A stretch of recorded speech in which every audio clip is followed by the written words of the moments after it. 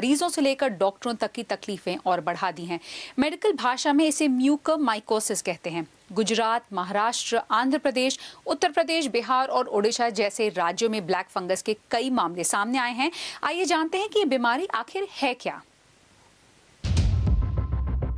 Mucormycosis या black fungus की बीमारी ने कोरोना से पहले ही कराहते भारत के मेडिकल सिस्टम के लिए नई चुनौती पैदा कर दी है। ये फंगस मिट्टी, पौधों, खाद और सड़े फल सब्जियों में पनपता है, जो कि हवा और इंसान के बलगम में भी पाया जा सकता है। ये नाक से मिट्टी के संपर्क में आने या खून के जरिए शरीर में दाखिल हो सकता है। फिर ये त्वचा, फेफड़ों, आंखों और दिमाग को निशाना बनाता है। इसमें मृत्यु दर 50% तक हो सकती है। ब्लैक फंगस के शिकार मरीजों के इलाज में कई बार आंख निकालनी पड़ती है या प्रभावित अंग को काटकर अलग करना पड़ता है। अक्सर लोगों को फंगस का अंदाजा तब होता है जब काफी नुकसान हो चुका होता है। अगर इसके लक्षणों की बात करें तो नाक बंद होना, नाक से खून आना, आंखों और सिर में दर्द, आंखों और चेहरे पर सूजन, धुंधला दिखना, दांत दर्द और खून की उल्टी आना इसके प्रमुख लक्षणों में शामिल हैं। भारत में ज्यादातर वो कोरोना मरीज इसके शिकार हो रहे हैं जो डायबिटीज से पीड़ित हैं या जिन्हें इलाज में कथित तौर पर स्टेरॉइड्स दिए गए हैं। दरअसल कोरोना हमारे प्रतिरक्षा तंत्र पर हमला करता है, जिससे शरीर में पहले से मौजूद कोई बीमारी और जोरदार हमला करती है। स्टेरॉइड्स भी प्रतिरक्षा तंत्र को कमजोर करते हैं, तो रोग प्रतिरोधी क्षमता कम होने और शरीर में शुगर ज्यादा होने पर ब्लैक फंगस को फैलने का मौका मिलता है। लेकिन कोरोना महामारी के दौरान इस बीमारी के फैलने के कारण क्या हैं, जानने के लिए बीबीसी संवाददाता अरविंद छाबड़ा ने बात की पीजीआई चंडीगढ़ के डॉक्टर आमोद गुप्ता से। इसलिए ज्यादा खतरनाक है क्योंकि ये खून की नाड़ियों में, खून की धमनियों में इन्वेजन करती है, ये अंदर घुस जाती है और खून की नाड़ियों को, आर्टरीज को ब्लॉक कर देती है।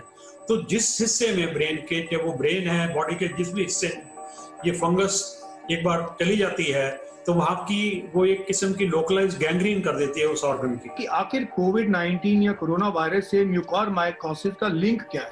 इसका अरविंद जी, मेरी समझ से जो लिंक है वो है कि ये जो पेशेंट्स है ये सारे आईसीयूज में दाखिल रहते हैं, वेंटिलेटर्स पर होते हैं और वहां का एनवायरनमेंट एनवायरनमेंट के अंदर यदि फंगस है, चाहे वो एयर में है, चाहे वो जो ऑक्सीजन जिसको ह्यूमिडिफाई करते हैं वो बॉटल में जिसमें पानी होता है उसमें है, या फिर जो इंट्रावीनस फ्लूइड्स दिए जाते हैं उसमें है। जो अटेम्प्ट किया जाता है वो ये कि ये हवा जो है ह्यूमिड जाए, उसमें थोड़ा सा मात्रा हो पानी की, तो उसके लिए टिपिकली वो एक बॉटल के अंदर पानी डाल देते हैं, उसमें से ऑक्सीजन जाती है, बबल करती है, फिर पेशेंट्स के लंग्स में जाती है। तो एक तो वो बड़ा मुख्य कारण हो सकता है। उसमें जो कारण हमें मिला वो एक इन्फ्यूजन्स का मिला। देखिए, हमारे एनवायरनमेंट में इंडिया में खास करके जो साउथ इंडिया है और नॉर्थ इंडिया में जो एनवायरनमेंट में फंगस तो बहुत है और इसका कोई हम इलाज नहीं कर सकते।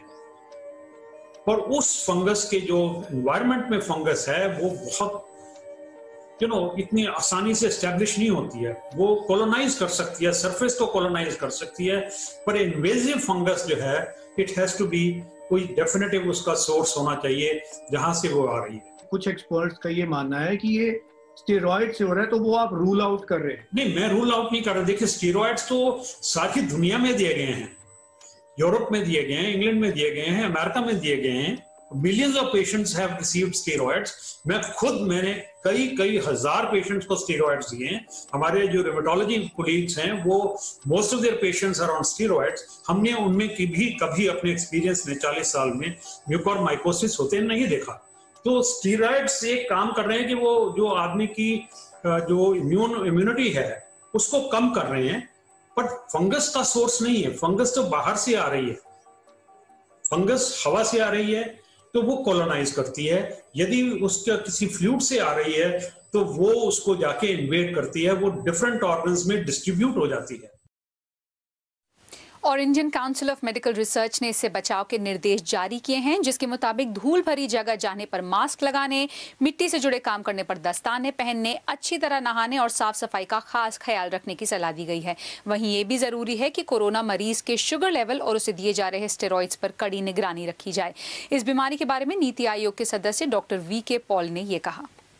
तो म्यूकर एक फंगस है ये जहाँ पानी इकट्ठा होता है, लगभग वेट सरफेस होता है, वहाँ पे रहती है। एक इम्पॉर्टेंट बात इस डिजीज़ में ये है कि ये लगभग बहुत हद तक डायबिटीज़ के मरीजों में होती है।